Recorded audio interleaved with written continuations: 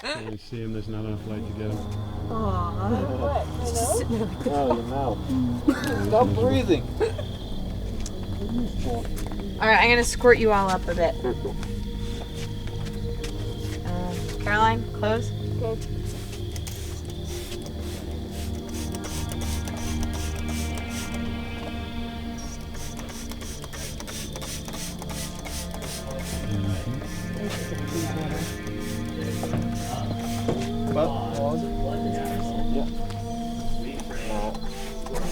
Dan. George. Yep.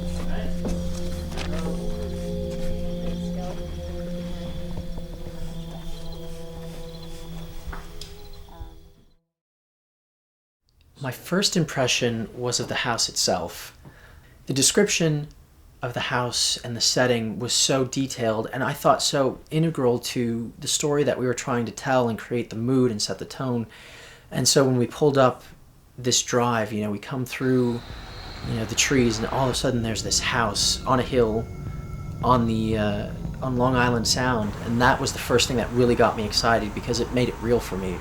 The house is exactly what I pictured. And then once we walked in, and just the house carried this energy and this somber quality. There was a definite sort of sadness and eeriness to it, which being able to play as an actor inside of provided so much to draw from. Action!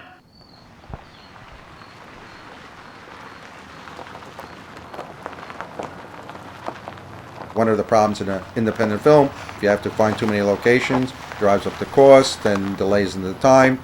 Then it's the transportation going from point A to B and moving all the equipment. So I think we were extremely fortunate with the script because it basically made us be able to film the entire film principally at one location. I think 90% was filmed at one location, 10% at a second location. You read about it in Backstage, or how did you come to know about Demon Resurrection? Through Backstage, and it's a paying horror film, so that was appealing. I don't know, the audition process, I liked everybody that was there. Everyone seemed very juiced about the project. So. And I love their philosophy. It seems so liberating, so empowering, at least at first. I like the writing so far, though. I've read so many horrible sides. First good review. Okay. Thank you guys. All right, thanks. Good read. Thanks. Or was it just like that? Was that?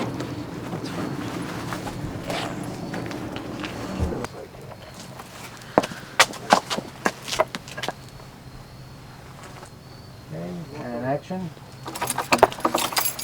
May we come in? Quiet! Action!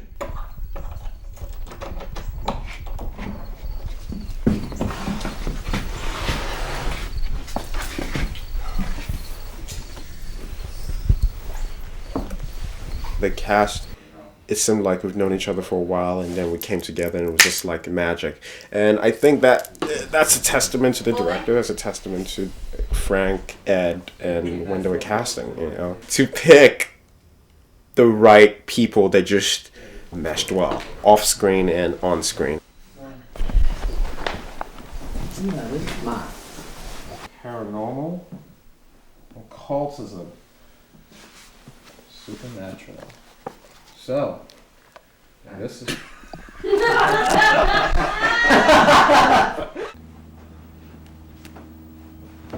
Recording.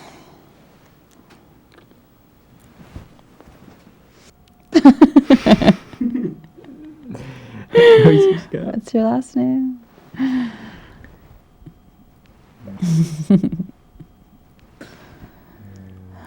Action.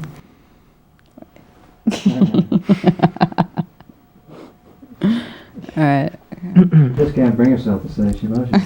I get that all the time, don't worry about it. Action.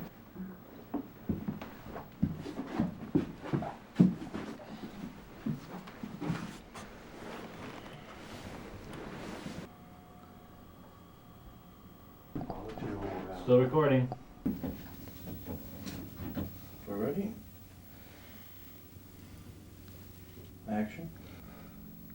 She's always been a bit of a free spirit, maybe even wild, but she's never been into drugs. This is one of your. Can you have it 1 minute? Or one? Yeah, Sorry. I think it's because of this.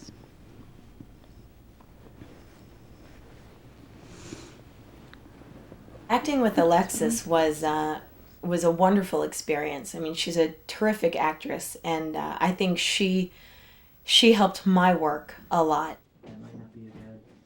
Right. Okay. Take 3. Playing Kate was, in some ways, a stretch because she's very serious, and that's very not like me. On the other hand, I'm quite the caregiver and very maternal, so that part of Kate was very natural for me. Okay.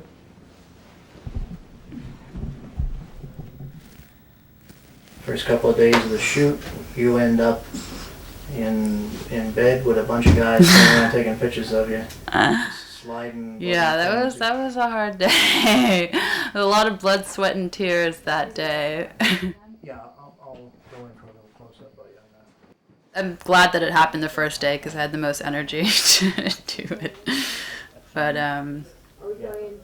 it was painful, but in a good way, in a kind of self-exploratory way. Hey, here we go. No. Picture up. Wait, no blanket. I don't. Don't worry about the blood. I think you plenty of blood flying around. And action. More noise from Kate.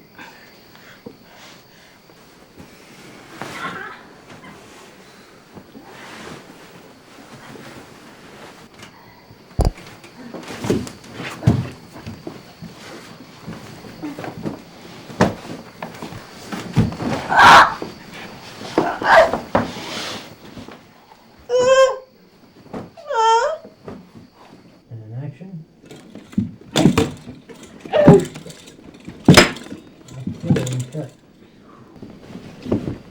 Okay. Let me just get some. Can you continue to wrestle, but keep your head up so I can see? Okay. We'll take it right from that point then. Pick it up. So I'm bashing and then standing up. Right. Now stand. That's fine. Yeah. Are we going to do this shot again of her squirting it?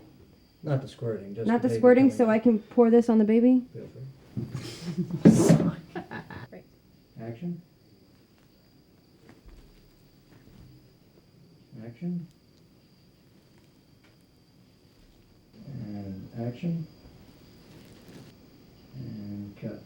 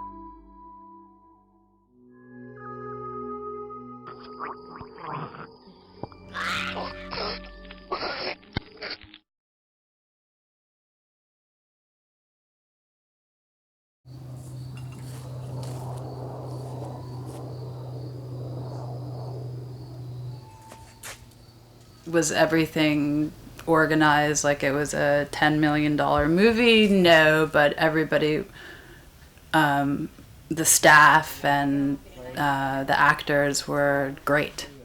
Everybody was smart and fun and talented and had a good sense of humor. So everything, in my opinion, went well.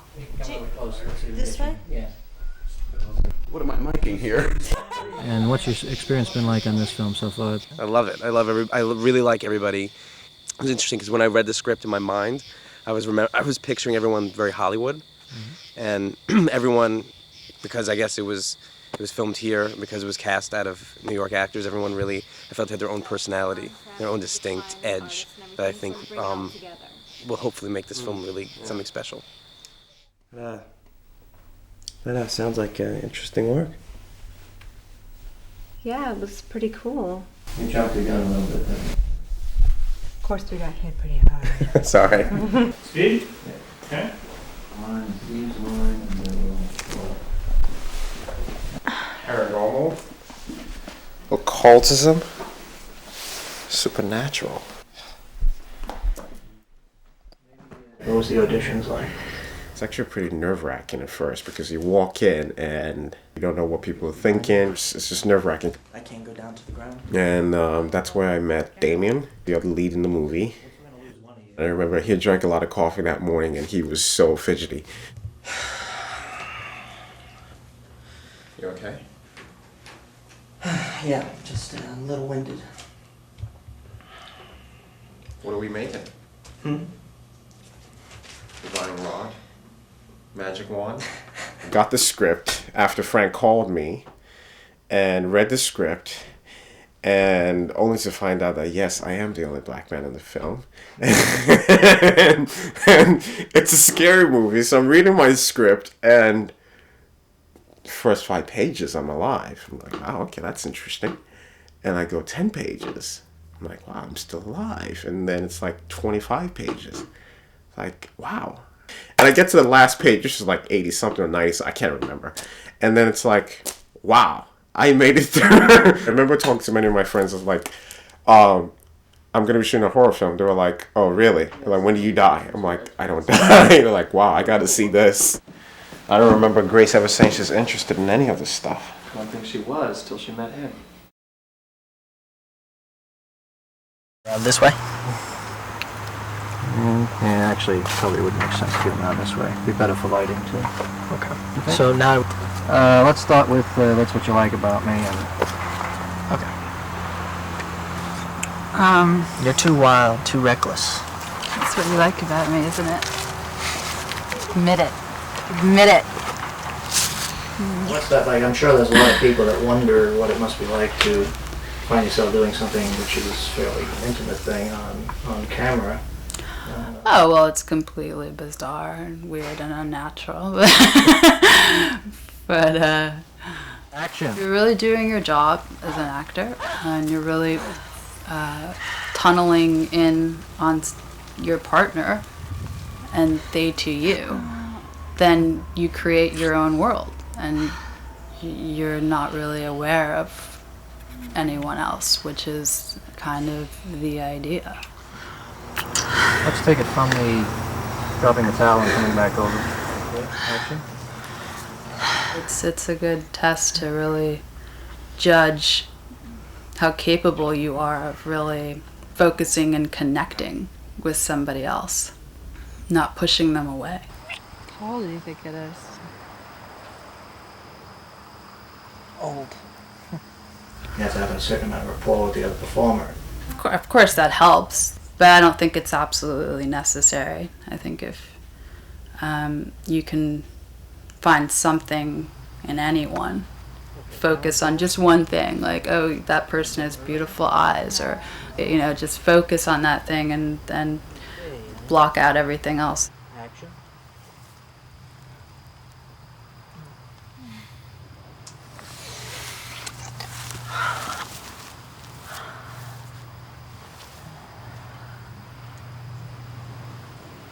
Let's take it from the top. Think we're gonna need it? Expecting trouble? Something's coming. I can feel it. In the ground and in the air. I can smell it in the air. What is it? Something bad? Something wicked this way comes? Maybe it's just within the camera. Why don't we try to bring that? All right. Sure. A long time. I suppose it's possible. How apropos.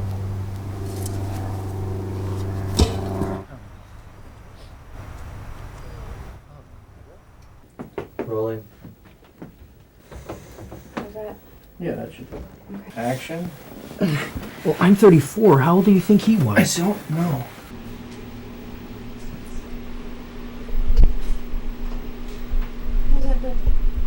This hand? I don't want you to have to suffer. I don't want you to have to suffer. Pick it up, freeze. If you could, watch, what I'm gonna need is this. Drop it. There you go, and I'll just. Okay. That.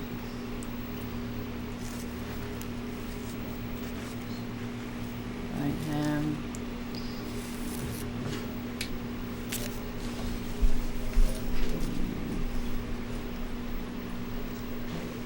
That.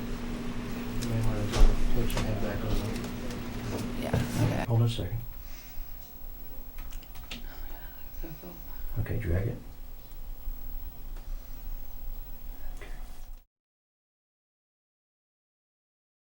And action. Thus says the Lord God, and I will lay sinews upon and flesh upon you, and you shall live, and you shall know that I am the Lord.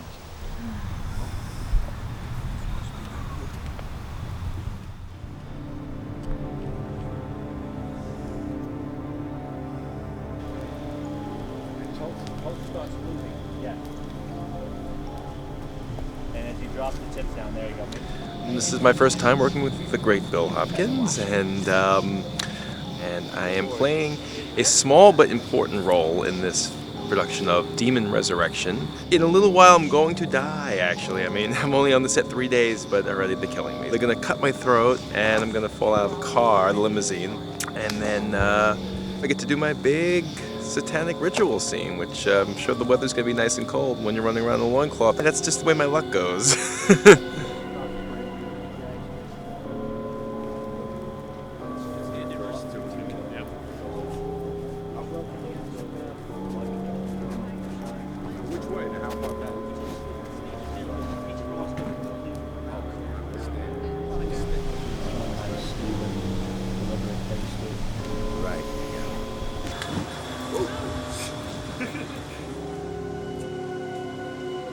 Stay back there, please. Action.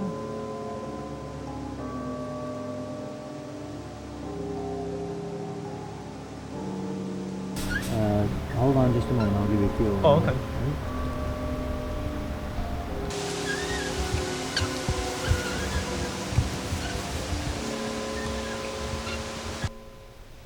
I'm sure people raised their eyebrows at artists back in the day doing nudes, and I'm sure they raise their eyebrows now with certain nudity scenes in films, but for a well-developed story and for something that you like or you believe in, it's an expression. It's a freedom. I mean, I was chained up to a tree naked and it was freezing and it was the middle of the night. And I remember like we had trouble getting me out, and you're like, oh great, we're gonna have to call the fire department. Thank you very much. New experience, eh? No, they do cat calls from Back their to cars. you can do that. These scenes where she has dialogue. Give her a smoke, please. Who's this? Is this Amanda?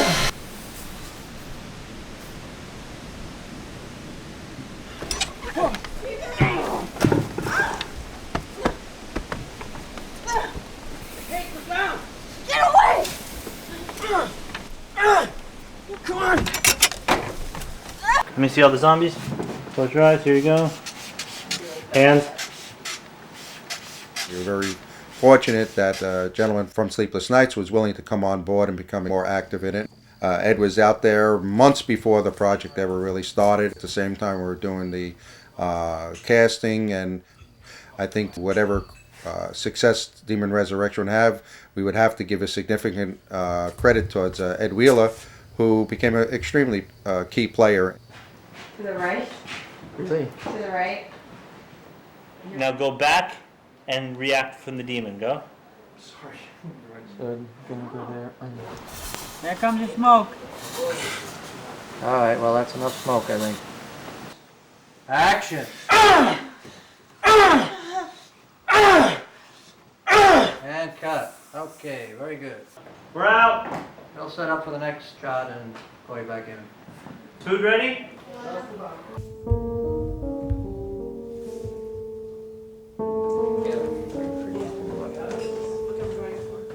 Show you what we got set.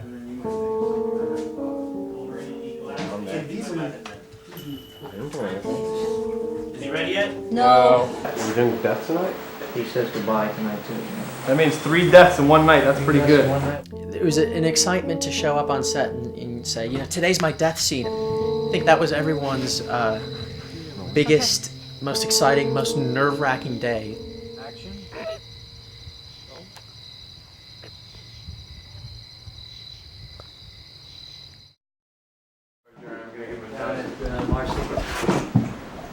Okay, can you give me no yet? Me?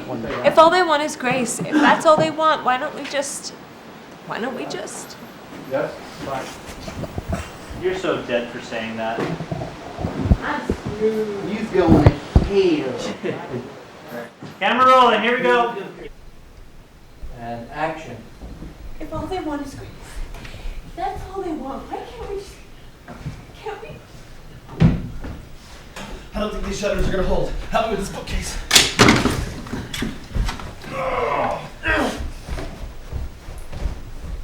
Action.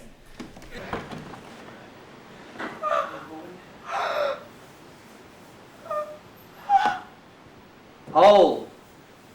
Water. Action.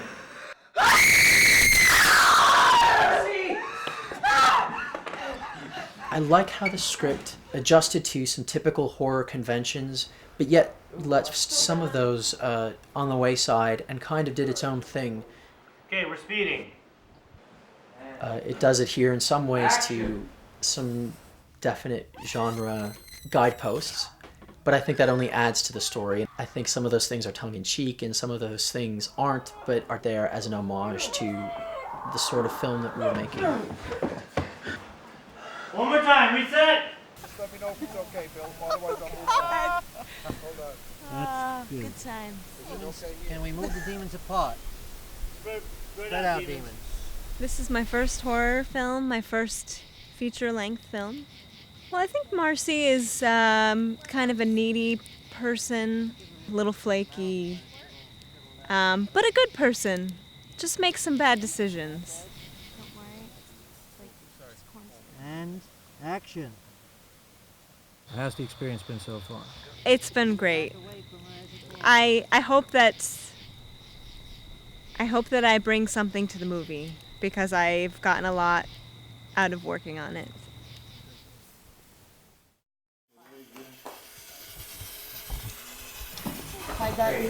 Case is up. And action.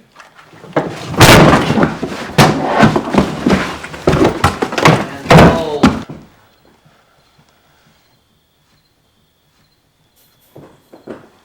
Action. Steve!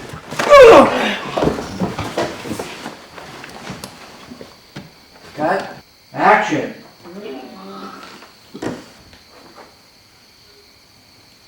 And action. Give it a good claw. Pull him away.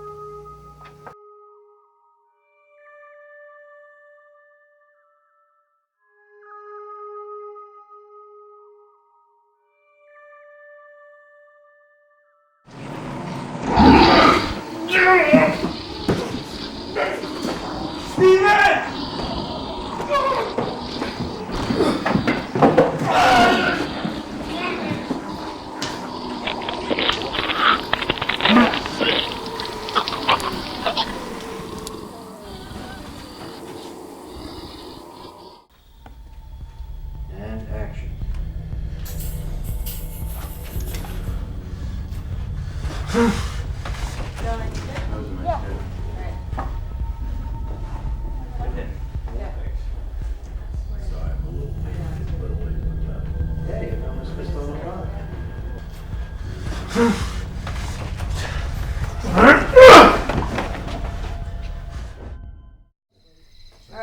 we gotta do the face scratch before this starts running, right? It's running.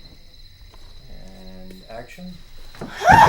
I'm thrilled that I worked on this project.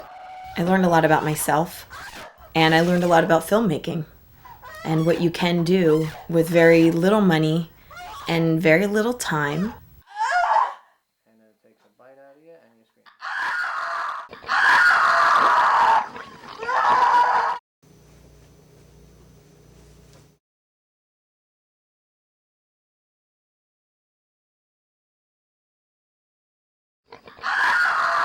Individual scenes that we shot in 2 hours.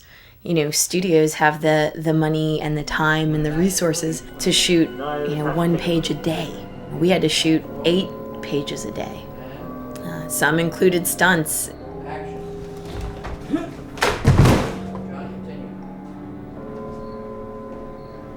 Action.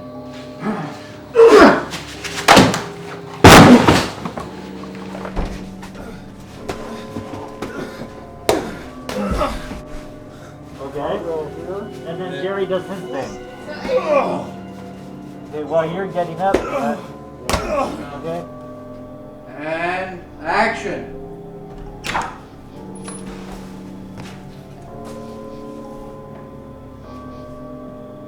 Action.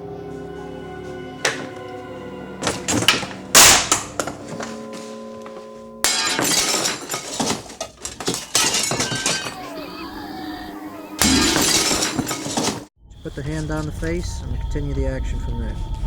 Action. Action. And you're going to do the same action. You're just going to writhe and shake and stand upright. Action.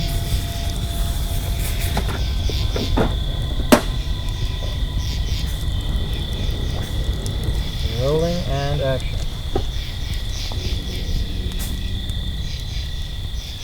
Yeah, they're all arranged. The advantage of getting the beginning actors is their willingness to say, yeah, it's a great learning experience, and I'm willing to do whatever is necessary to get this film done. Even as easy as everybody else made it by contributing, it was still an enormous task. And I really don't know what we would have been able to do if everybody wasn't as willing to pitch in as they did.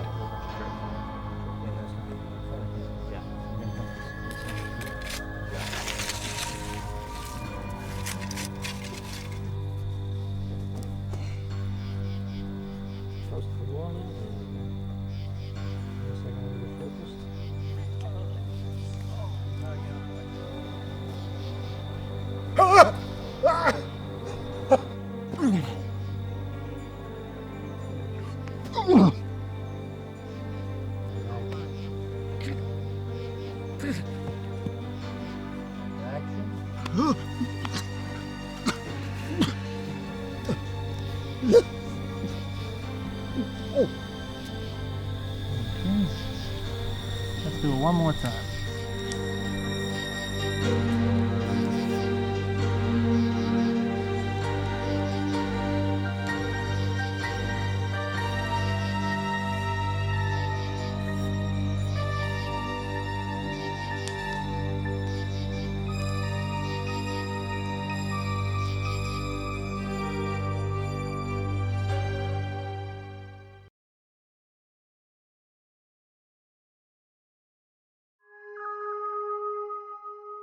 With this movie, I noticed, there is a fair number of effects in it. It's actually, for a lower budget film, a pretty effects-ridden film.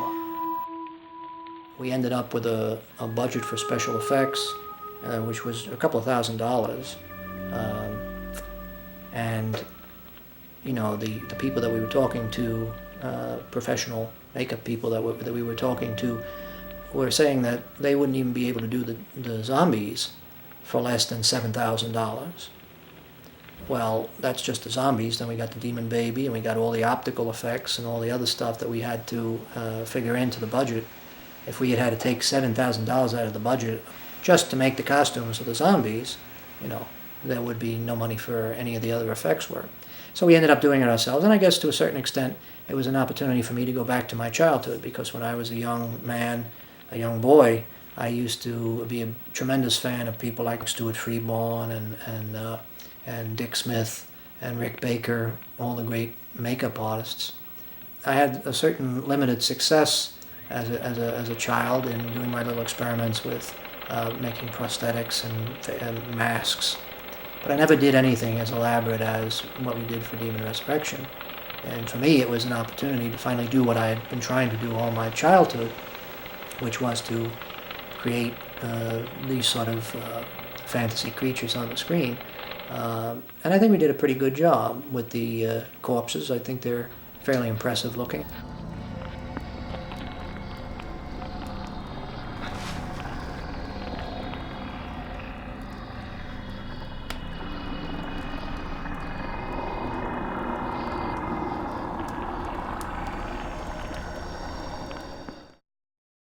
I was speaking to a number of professional makeup artists, and the recommendation was that we go with standard issue zombies, you know, get a bunch of people, muss their hair up, put some white paint on their faces and some dark rings under their eyes, and, you know, have them shamble around going, And at the time I thought, well, we really don't want to do that again. We want something that's a little more fantastic.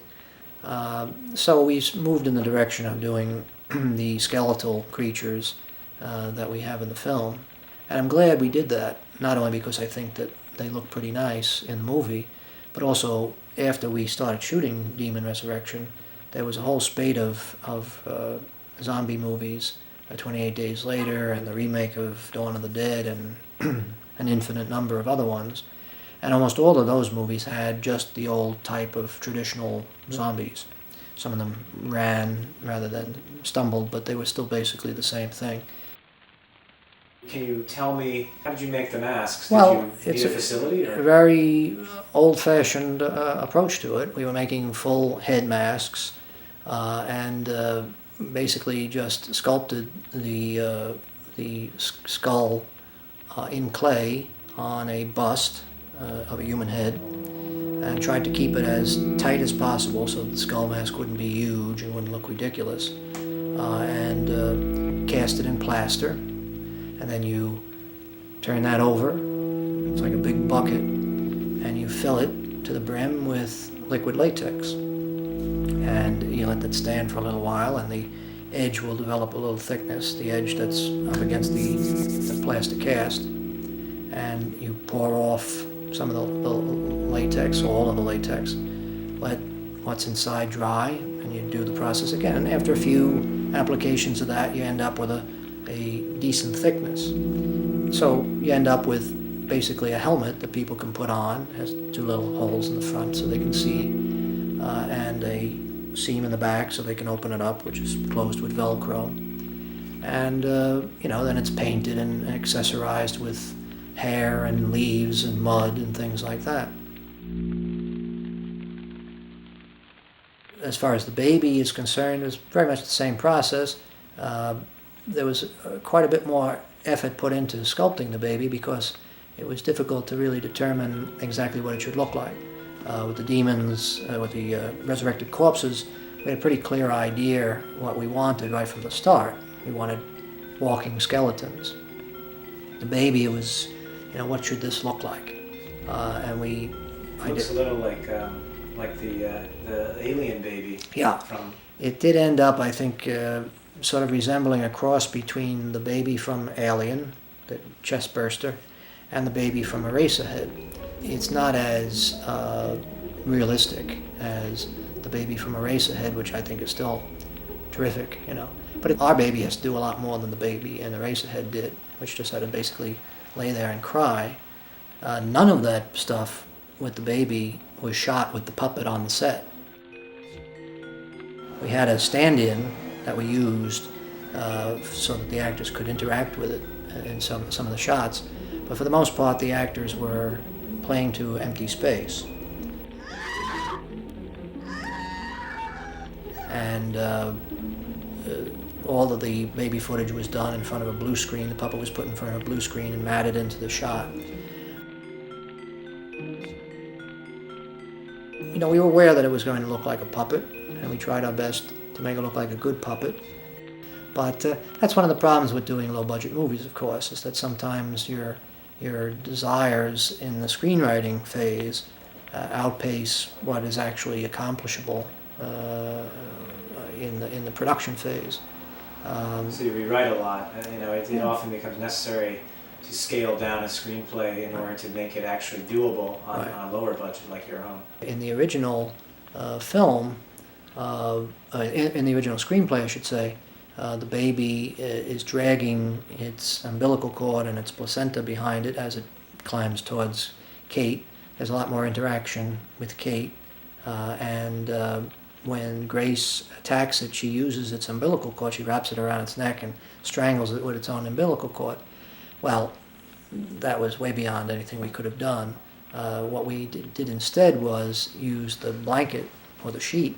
She throws that over the baby right away so that we don't get to see the baby when it's being killed, and that simplified our special effects considerably. And that's another example of changes that are necessitated by location or by what we're capable of shooting that leads to an improvement in the script. Another example would be in the original script, Toth and his assistant attempt to escape at the end in their limousine, and the zombie friends caused the limousine to go off the road, and it crashes into a tree and it catches on fire, and they climb onto the limousine and hold Toth and his assistant inside the limousine while it burns. Well, of course, as soon as we, turn this over to our stunt person and to our producer, there was an agreement that it would be impossible for us to do something like that, and it was necessary for me to go back and rethink the ending. And I came up with the idea of Toth being dragged back into the pit that he had resurrected these corpses from, and that's much neater, and it's just a better ending in every respect than some sort of silly business with people crashing limousines and burning in the flames. What?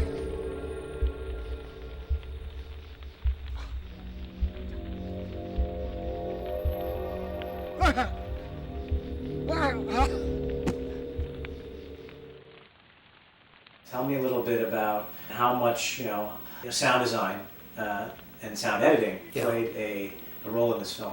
I don't think there's any question that with this movie and with probably any horror film or any science fiction film, the sound really makes the difference between the thing working and not working. The resurrected corpses, the sound that they make, that moaning sound, actually is a baby.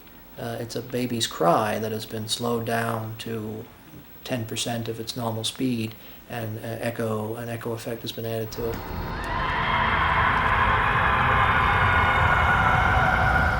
Nobody ever anticipates when they're shooting a low-budget movie, particularly if you're somebody like me and it's only the second time you've done it.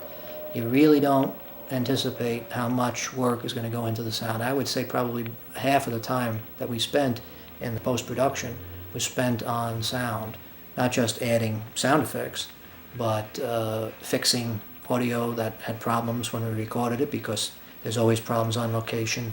You can go to the end of the earth and you start shooting and there'll be a baby crying somewhere, or somebody with a jackhammer, or a lawnmower. And of course, if the story takes place somewhere where there shouldn't be any of those things, that all has to come out. And if it happens to overlap some of the dialogue, then the dialogue has to either be looped. Quality to the sound. Okay. I love you. Or you have to find some other take and steal the audio from that. A tremendous amount of work. We did a lot of work on the image as well, and there was a lot of correction work that had to be done on the video, and there was a lot of work that went into trying to make the video look a little more like film.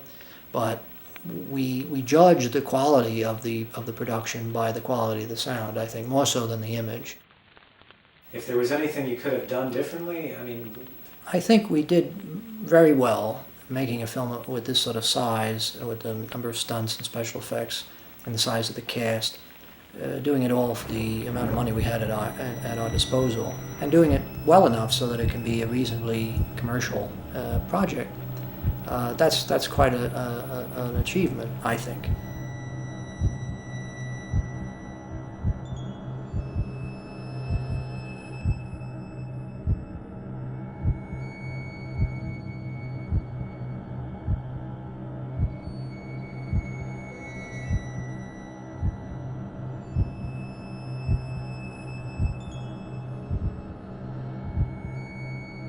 Bottom line with all these sort of low-budget productions is that the key to success is pre-production, planning, extensive, exhaustive, everything be storyboarded, everything be budgeted, everything be properly and realistically scheduled.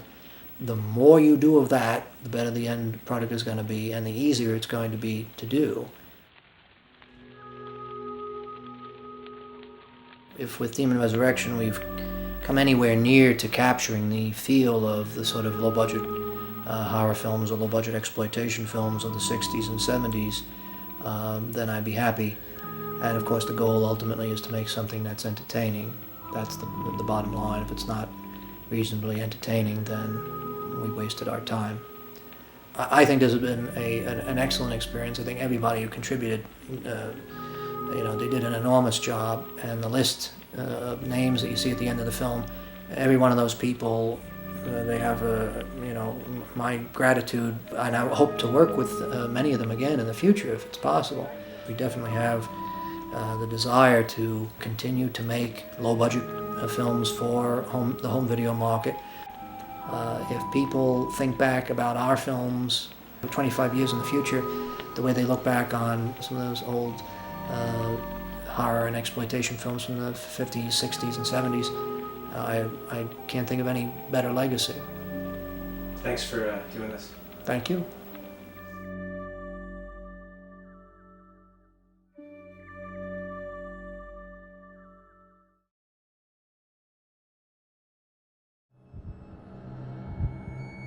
You have expectations of what you want to do, but then you have to deal with the reality of what the business is bringing in.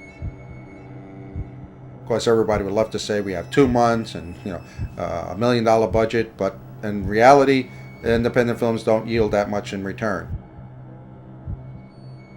Unless you happen to hit a home run, and if you try to plan for that and are not successful, you'll be out of business very quickly.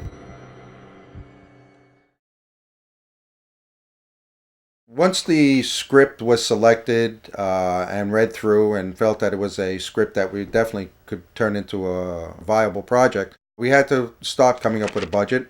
Of course, that was passed back and forth. Bill, wanting to have more time, would raise the budget, and me, trying to be the project manager, kept trying to lower the budget. But that's the way it goes. You have to have the give and take. So we negotiated between the project team to a budget that we felt that we could bring the entire project in, and I'd say that we came in within 10% of that budget, which is exceptional. We did do a quality effort in trying to select the best cast we could with the actors that were available at the time. Basically, you're just going to put a casting call in a local paper, and we have to use Backstage. The process usually takes about 2 to 3 months. It's probably 6 or 7 separate auditions that we run through, each time filtering down until you get to the actual actors that you want to bring on board. In certain traditions, we don't take family and friends in. We're looking for professionals that can do the quality job that we're looking for. I mean, we all want to be reasonable, don't we? And one of the advantages that we have is that Bill, when he writes something, he knows what he's looking for, so that when we're bringing in people, he's looking for them to be able to deliver that kind of performance. The script had one great advantage. It basically was one location. Once that location was found, we was going to solve a lot of other issues. Of course, that location was a little bit difficult. 3 to 4 weeks before we actually started the shoot, we were actually ready to pull the plug because we couldn't find the location. If you're a big budget project, you can just pretty much go out there and find any place that particularly fits what you need and be able to put the money towards it. But when you really don't have much money, it makes it a lot more difficult, and you're really relying on friends or people that would like to be involved with a project to say, okay, you can use my property. So I think the fortunate that we found a location that's definitely added to the value of the project. And then once we found it, I think just everybody was just totally excited about getting the effort going. You had the script, you have the actors, you're missing the location. And then once the third piece of the puzzle fell into place, I think everybody's excited and saying, this is going to happen. I don't think your expectation is you're ever going to have less than a 12-hour day. Although you like to schedule an 8-hour day, it's just not going to happen. Maybe an 8-hour day for the actors, but for the crew, you know, you're at least there 2 hours before the start of the shoot, and you're there another hour after the shoot, and you're always running into issues. And action. So I don't think on any day we ever had less than a 16 to 18-hour day. It was a lot harder than a lot of people may understand, because unless you've actually been out there and doing it, it's an extreme pressure, a lot of coordination, and everything has to come together. We started on or about, I think it was September 10th, and we finished on or about October 10th. Some people are here reluctantly, it seems. Although a lot of our shooting was inside, we did have the outside, and the weather just cooperated with us completely. One answer, please. It was a little chilly in the evenings. I remember one particular scene, Stephanie Roy, her guts were ripped out. She's laying outside. It's about 45 degrees. She's basically in a short sleeve top, and she has to lay out there. And I think we actually made it through the actual shot. And the second the shot, her whole body was shivering because it was that cold. The cult scene, which is the last thing that we shot, the location for that actually got changed. It was supposed to be inside a building and controlled environment. It turned out to be an outdoor shoot, and it was the last day. For the crew, it started probably about 6 o'clock in the morning when the set had to be designed on the fly, and I think we shot through till almost 5, 6 o'clock the next morning. And thanks to Alexis, because it got really cold. It was probably one of the coldest days that we shot on. And of course, that's the scene where she's actually chained to a tree, and every time there was a stoppage on it, she had to be put a heavy coat and be put in front of a heater just so that she could warm up a little bit.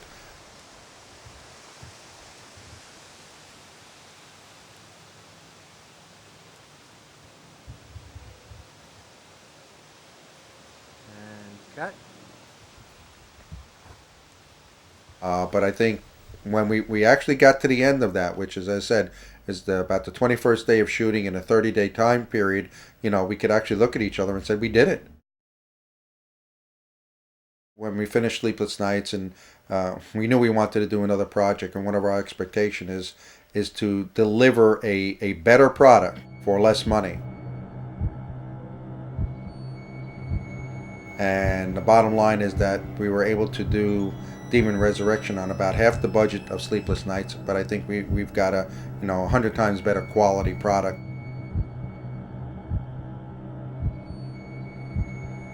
Even though when you're going through the effort of the shooting, and you sometimes wonder, why are you doing this? Why are you putting these hours? Why are you working while you're sick? Why are you working when you're tired? But when you have the end product and it's out there and accepted as it's been, it's all rewarding. I just want to thank everybody involved with the project. Thank you.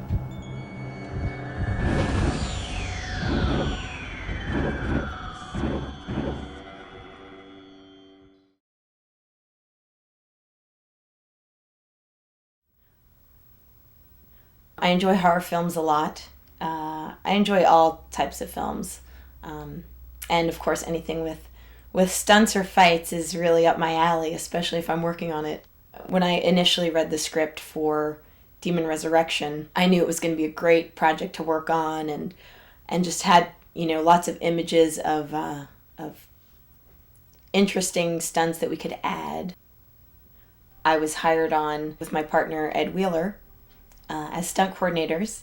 I was there through the pretty much entire audition process. When Alexis came in and we were reading together, we immediately had a good rapport, and I think that struck Bill, the director, as far as casting me.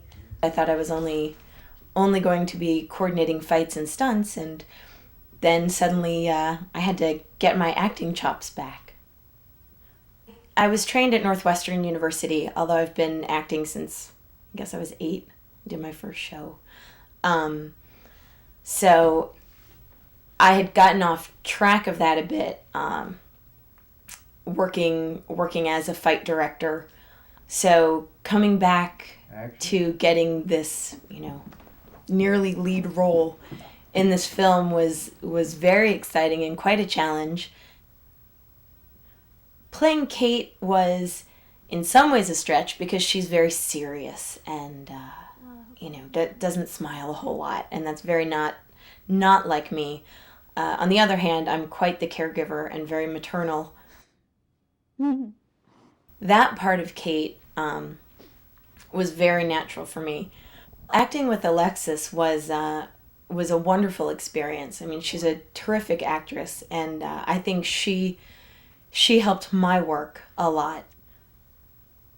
The Demon Resurrection set was sort of in the middle of nowhere in Long Island. So I'd say the biggest beef on set was that people couldn't use their cell phones. And it was an older house with a lot of antique furniture, so it was important to be respectful of these people's home. And they were living there while we were there, and they had guests over while we were shooting, and that was a challenge, but it was fun.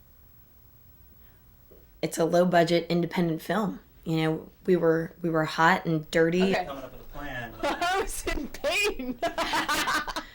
And working more than one job. I was stunt coordinating and acting and dealing with costumes, running, liaison between actors and production and individual scenes that we shot in 2 hours. Studios have the money and the time and the resources to shoot, 1 page a day.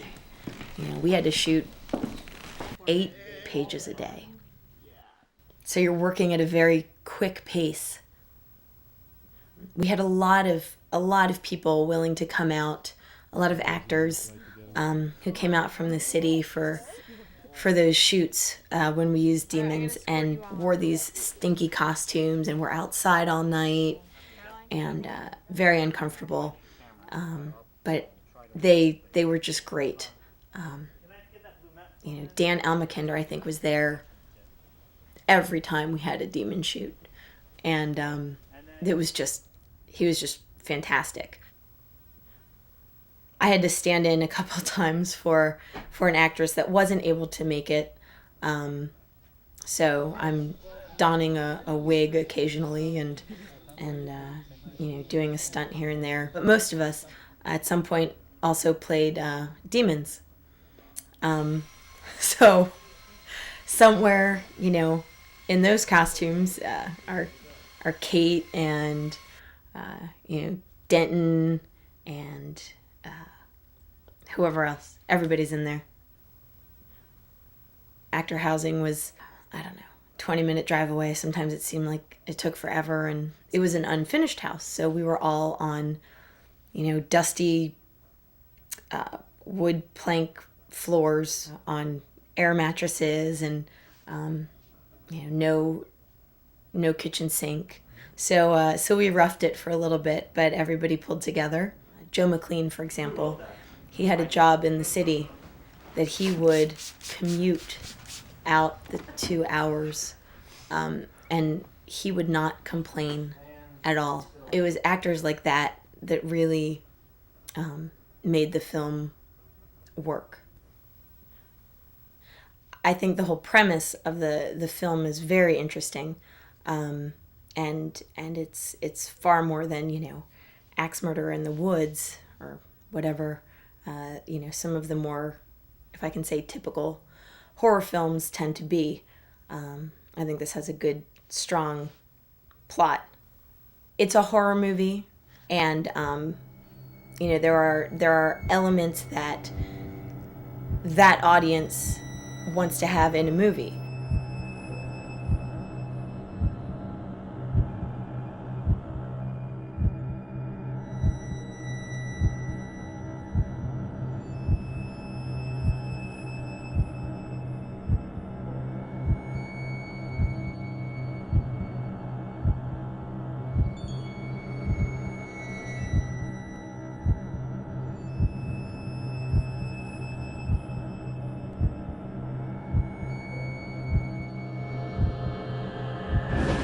But I think the moral of this is very clear.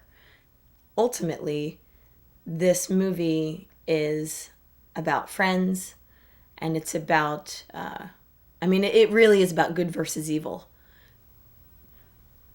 The women are the leads, which is pretty rare. As far as I'm concerned, Kate was pretty kick butt.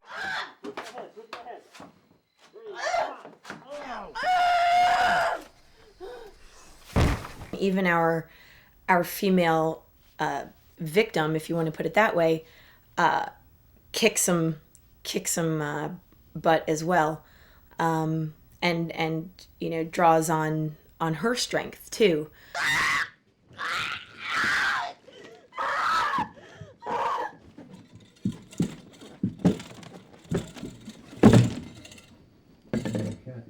So yes, a lot of times, women are the victims in the movies or whatnot. But I think this has a really good balance of people in general showing weakness and people in general showing strength. It was worth the hard work. The production value, when you're on set, you're not quite sure. And in the finished product, the production value is amazing. You would never believe that it was made for such a tiny, tiny little microscopic budget. So I was very impressed. I'm thrilled that I worked on this project. I learned a lot about myself, and I learned a lot about filmmaking and what you can do with very little money and very little time. It really empowers the actors and the crew when you see such a great project.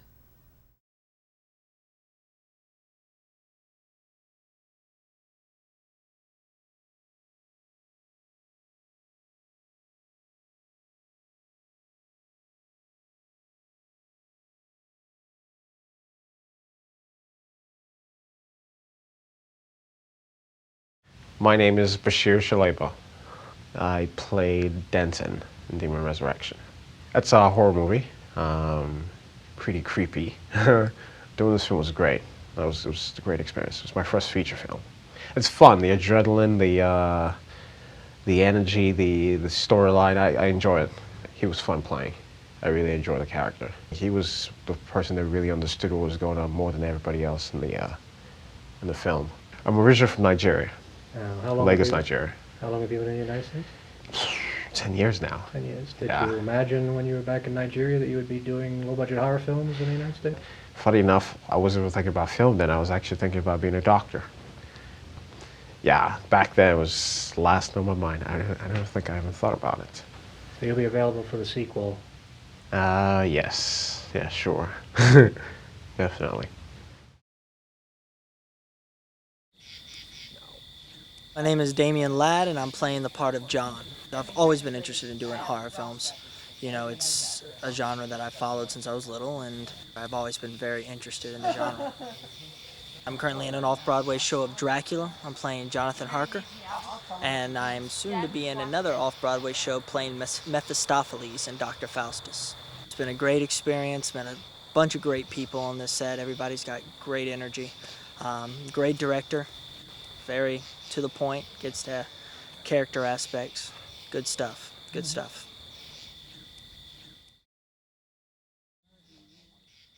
I am Eli Kranski, and I'm playing Alex. First horror film I've done, first feature film that I've done as well. Theater up till now, was trained on the stage and very excited to do my first film and really get a great experience doing that, nice part to bite into and do some action scenes and get scared a little bit and fight some demons. Like horror movies, I get scared. So not familiar as I should be, but definitely have become so doing this and have learned so much more about the other side of it, which demystifies the entire process, which has made me much more of a fan already. It's been a great experience, cool to get bloodied up get gory, get scared, and really work through some fear in some ways.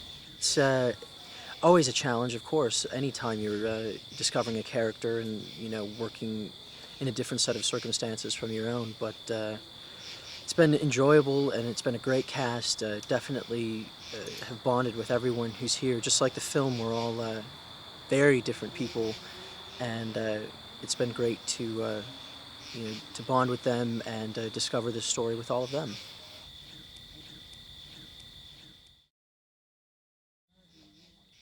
Most of my experiences, I've done a lot of Broadway national tour stuff, and then some lower budget student type films. This is the first thing I'm going to have with any kind of real distribution. I've done one other sci-fi thing where, satirical thing on cloning, but this is the first time I've ever had to have this special effects makeup stuff. It's pleasurable when you're doing it, but because it's just fun, but sitting around in it for hours waiting for a shot to set up can get a little sticky. This is so not the answer for the Demon Resurrection interview, but I'm kind of a sucker for romantic comedy movies. One of my favorite movies is like Notting Hill and stuff like that. Steven is the priest of the group. You have to have one of those in a horror movie. So he's the priest, and he's just along for the ride to see if he can lend a hand in helping their buddy who they think is on the drugs. Turns out she's just, joined the cult and pregnant with a demon baby, that's all. It's been great, it's nice working with a professional crew and other actors that I think are hopefully just as talented and gung-ho to get these things done as I am.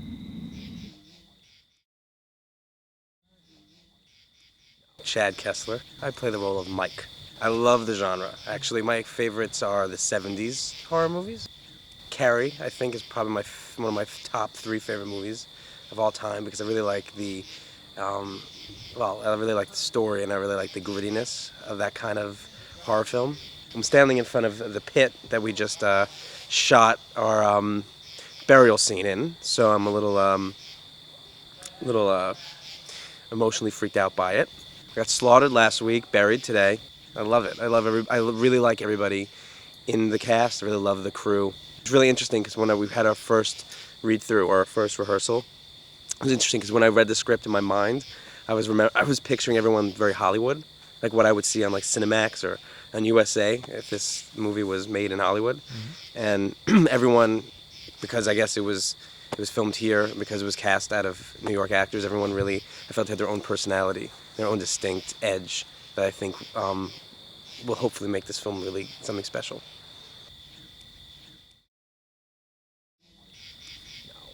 My name is Joe Zaso. I am an actor and sometimes producer, and I am playing a small but important role in this production of Demon Resurrection. I play the assistant of Toth, the baddie of the film, and I guess that makes me equally baddie since I'm helping him. Big horror fan. I like Italian horror, older horror films, not new ones. Hammer horror films, and my favorite horror film of all time is The Omen, only because it frightened me so much as a child. I like atmosphere of lots of, primal things that just creep into your subconscious and frighten you. Minor veteran at the moment of playing baddies in lots of films like Rage of the Werewolf, Demonium, Five Dead on the Crimson Canvas, Adventures of Young Van Helsing, Guilty Pleasures, all kinds of films like that. When I go to horror conventions, people seem to know who I am, so I guess that's a good sign. Every so often I get an email from people saying, "Oh, I saw your film," and hopefully they liked it.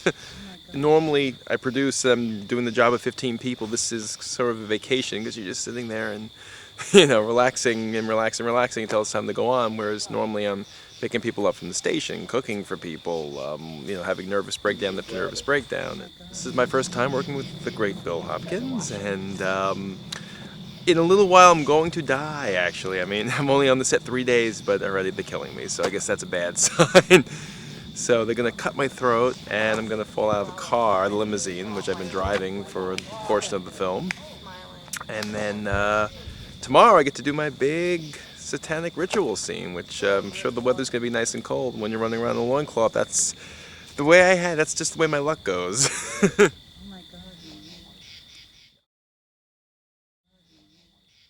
My name is Stephanie Roy, and I'm playing the part of Marcy. This is my first horror film, my first feature-length film. I think Marcy is, I think she's kind of a needy person, needs attention. I think she's kind of flighty, a little flaky, but a good person. Just makes some bad decisions, as you can see. I love horror movies. I like the suspense, the thrill. I like being scared. Just the on the edge of your seat, very tense, looking through the blanket, like that is protecting you in some way. I just love that feeling of being scared, wanting to turn the volume off, wanting to not look. It's been great. I hope that I bring something to the movie because I've gotten a lot out of working on it.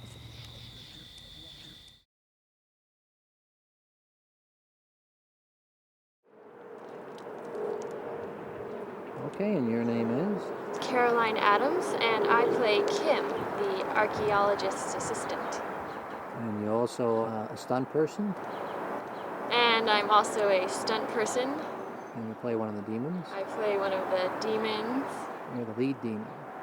I'm the lead demon, captain of the demons. What is it like to be wearing one of those demon costumes? Is that pleasant? Oh, I love wearing the demon costumes. I mean, I would like go to a spa and just sit in one of them all day. And actually, we did sit in them all day sometimes. You kind of have to learn how to breathe differently because there's latex all over your face, mouth. Feels like it's over your nose. Are you okay? And also the stocking caps, that's an exciting part. So you wear stocking caps underneath? Yeah, the stocking caps go over our faces, and then on top of it, we put the latex mask. And underneath the cloaks or robes, you're wearing a bodysuit?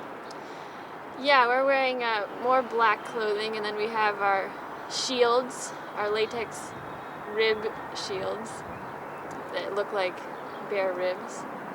And we have some latex hands with nice claws. Everyone had their own personal hands. And then our masks, we had our own personal masks. Mine was Myrtle. It's really sweet. And on top of all this masks and everything, they covered you with mud and water. Yes, and dirt and glue and grass and sticks and leaves. Was it a pleasant experience? Oh, like I said, it was like a spa, you know.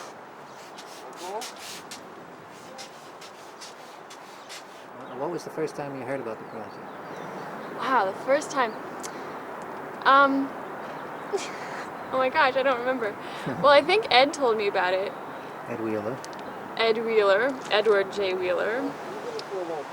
Possibly just try to get a shot of A phenomenal producer, director, stuntman, fight choreographer.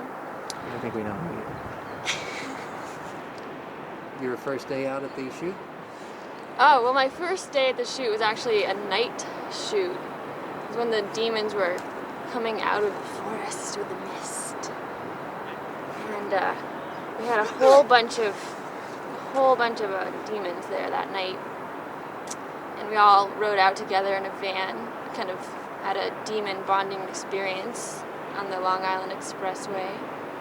Was there regular demons, or were these people changing regularly?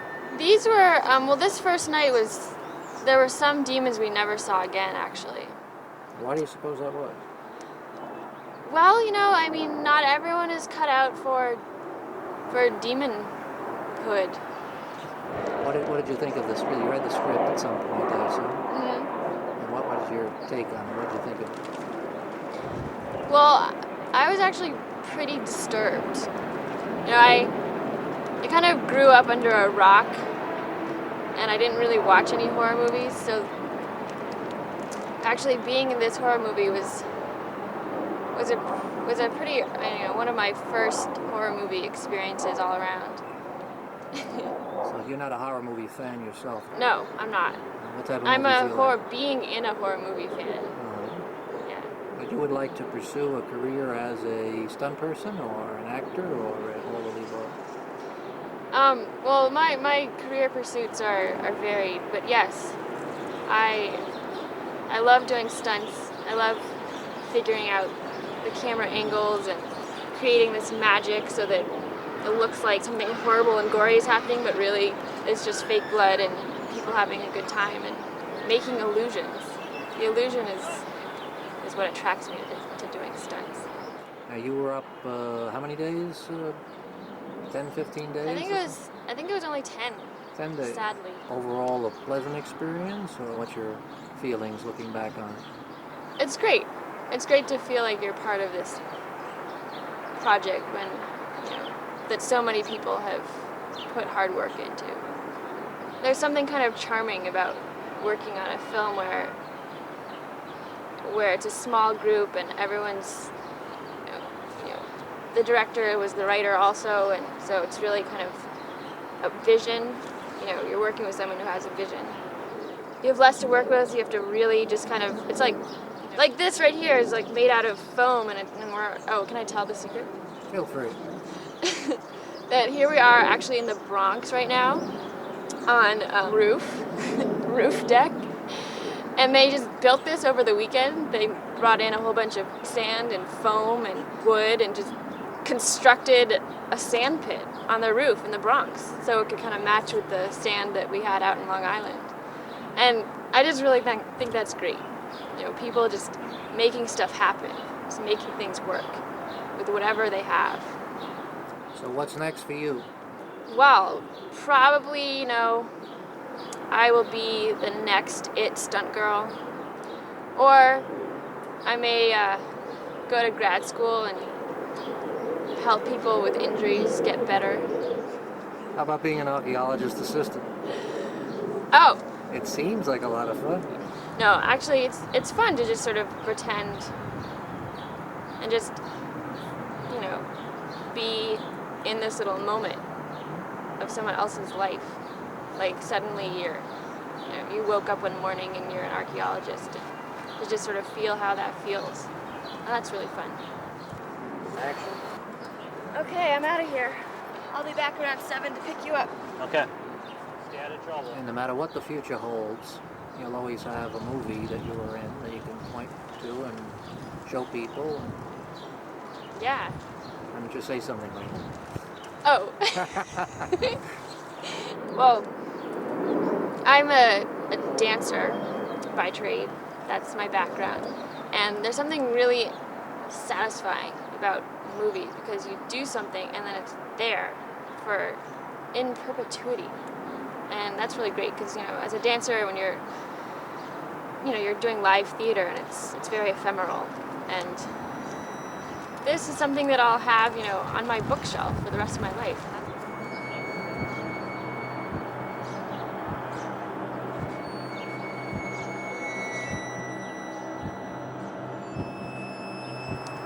Hopefully be on everyone else's bookshelf as well.